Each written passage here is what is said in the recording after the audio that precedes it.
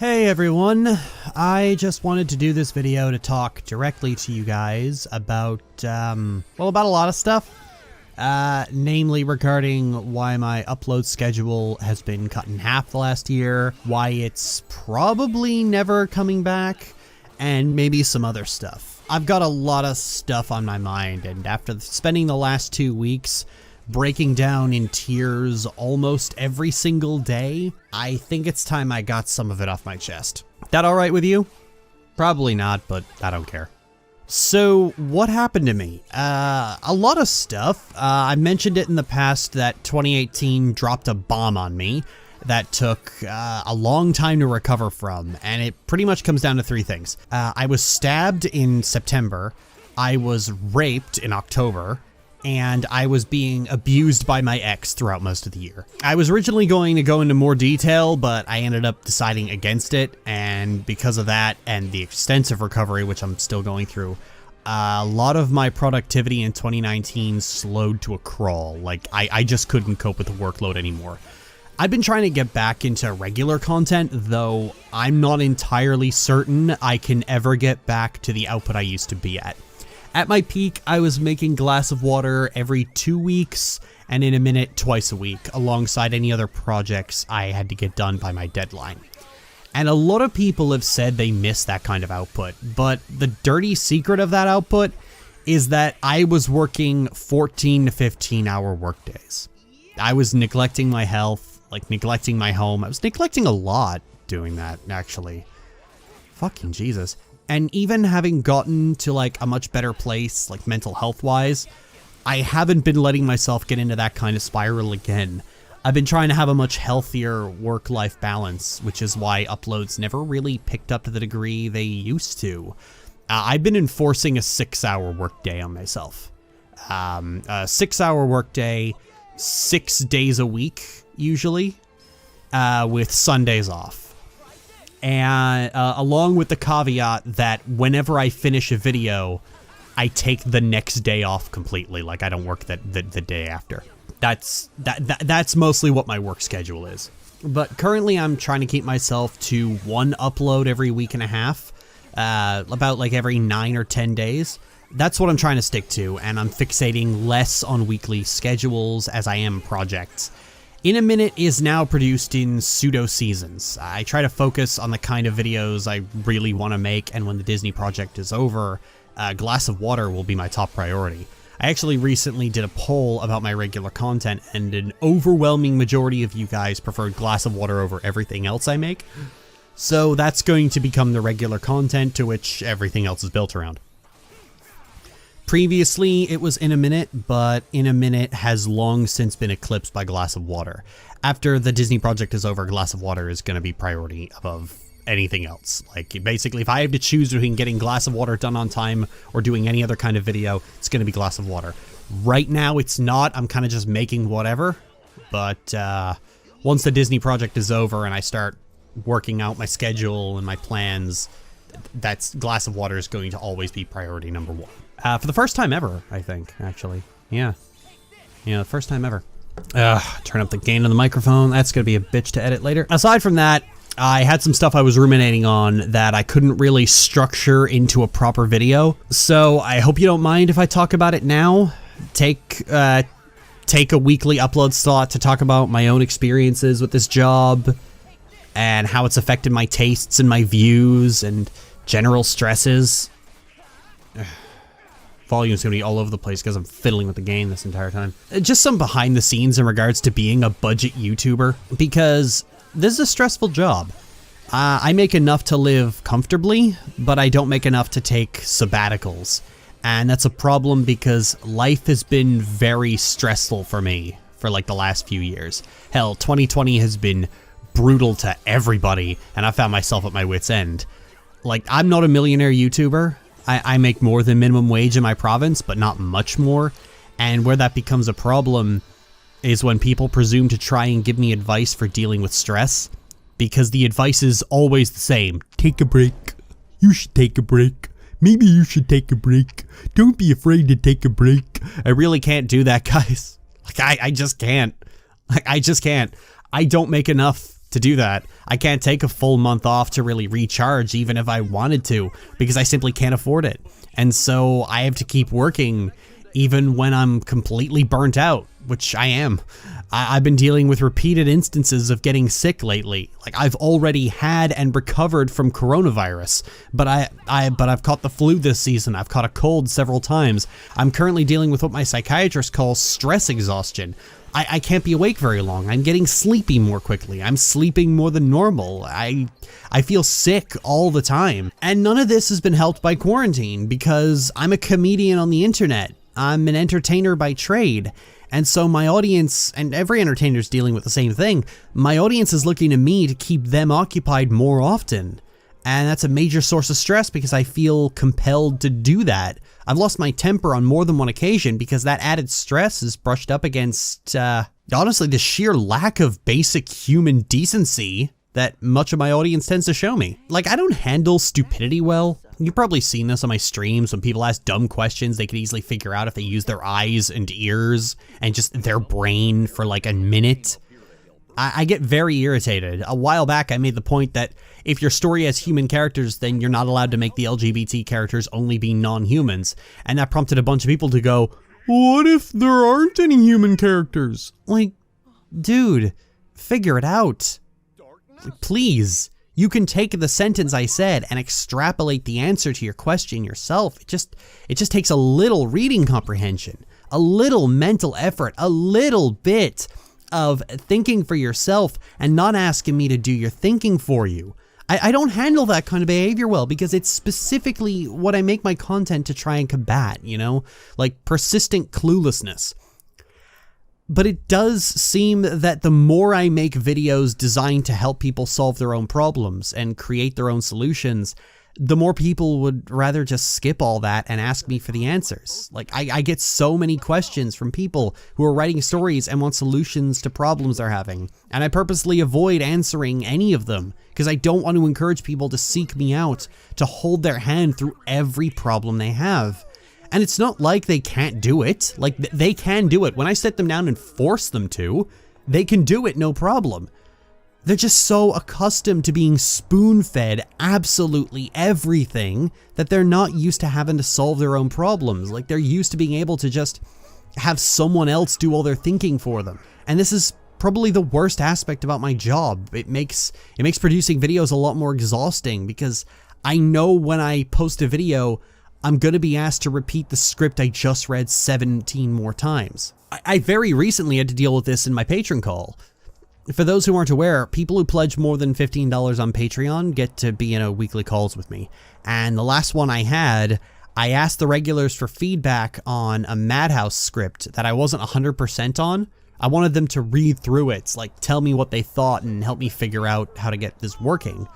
It was one of those rare instances I have ever asked my regulars for help, and instead they all just dicked around. They just flat out didn't do what I asked them to do. And like when I specifically asked them over and over again, guys, can you please give me some feedback on this script? Nothing. I got nothing. They just continued dicking around. And I found that rather irritating because I don't ask these things of my audience often. And then they started asking me really stupid and obvious questions and invasive personal questions. And I have a few of them actively testing my patience, and I couldn't deal with it anymore.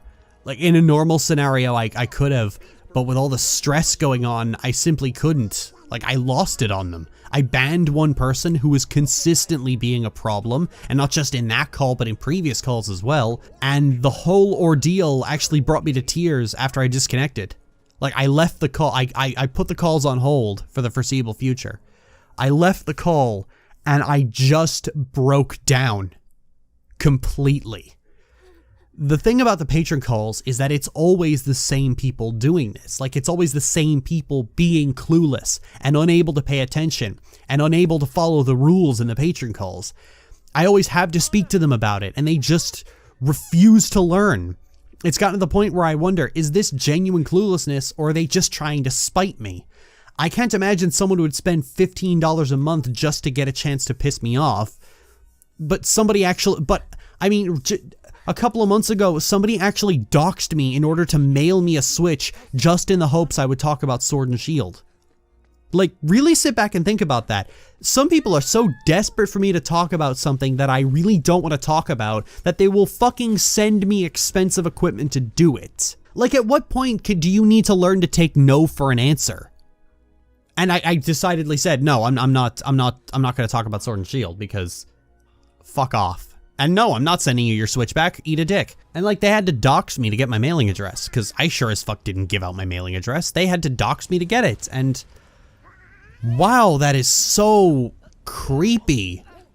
Like, that is the point where your inability to take no for an answer only has one logical conclusion to reach at this point.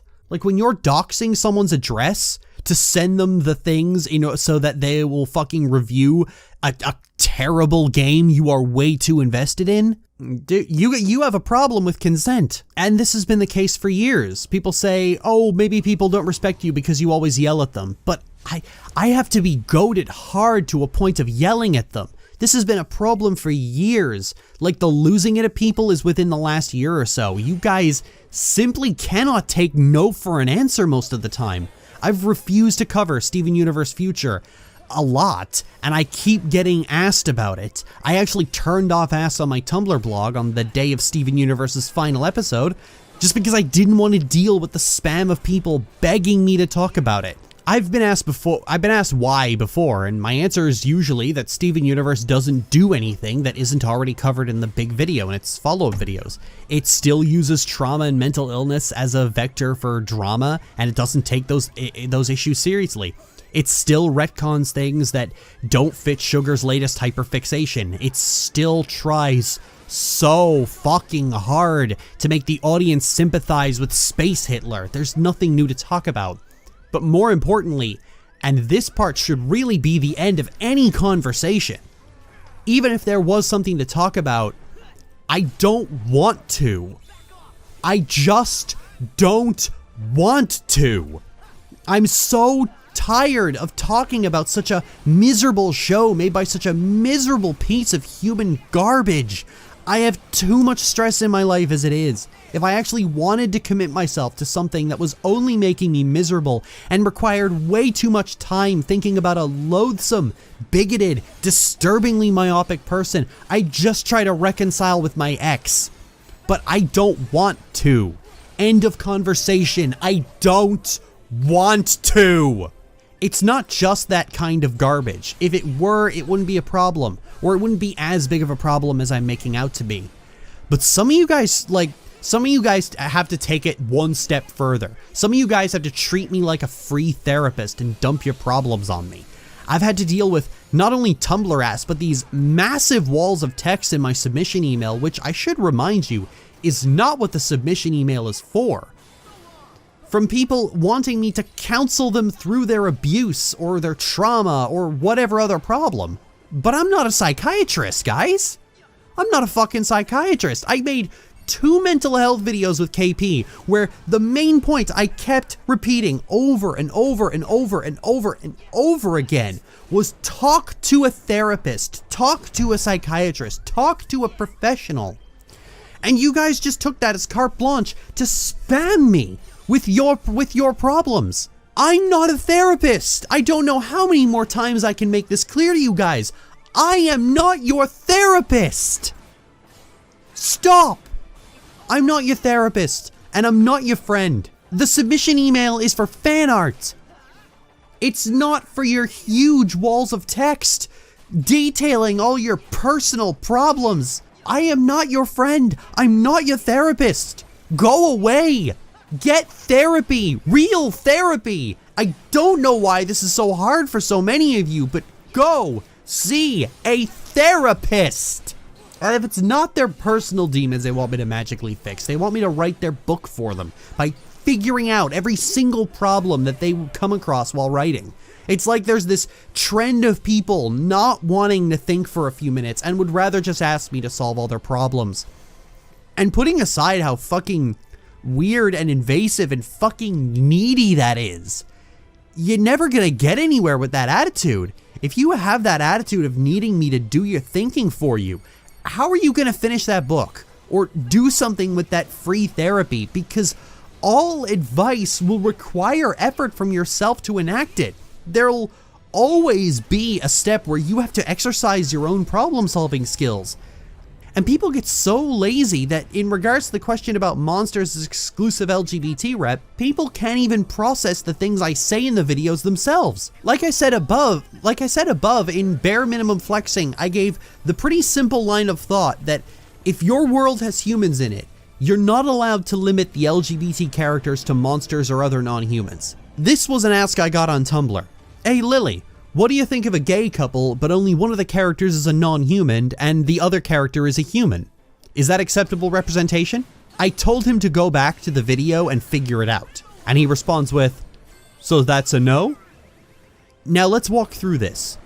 The answer to this guy's question is, yes, that is acceptable. Because there is a human LGBT character in the story.